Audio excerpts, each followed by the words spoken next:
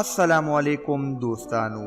د هندوانو په مندرونو کې جینکو سره کم کارونه کیږي؟ که غواړئ چې تاسو هم خبر شئ نو ویډیو تر اخره وګورئ، او که زموږ چینل مو تر اوسه پورې نه سبسکرایب کړی نو زموږ چینل هم در سره سبسکرایب کړئ، او په خوا کې ورسره د ټلۍ نشان هم ووهئ چې زموږ همدغه رنګې تازه خبرونه او نوې معلومات د ټولو نه اول تاسو ته ضرور رسي.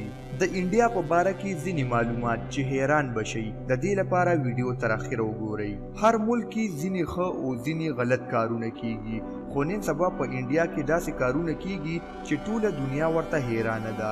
انډیا که څه هم ترقي وکړه، خو د نوي سوچ لپاره یې د جینکو ته دومره ازادي ورکړه چې اوس پکې جینکۍ دومره بېعزته کیږي چې 30% جینکۍ پکې اوس خودکشۍ ته مجبوره شي. هلته هغه جینۍ تر ټولو وروسته پاتې وي چې کومه جینۍ بوای فرینډ یا یار نه لري. د هغوی تر ټولو زیات شوقونه دا دي چې یو هلک ګرل فرینډ او یو جینۍ بوای فرینډ ولري، خو بیا د واده نه مخکې د هغوی ډیر غلط کارونه کیږي. هغوی نور ځایونه خو پرېږده چې د هغوی د عبادت ځایونه یا مندرونه هم ترې نه دي خلاص. موږ د چا د دین ځایونو لکه مندر یا چرچ پسې بد نه وایو، ځکه موږ ته اسلام دا ویلي چې که غواړئ چې تاسو د مسجد بېعزتي ونه شي نو باید د نورو خلکو مندرونو او چرچونو پسې بد مه وایئ.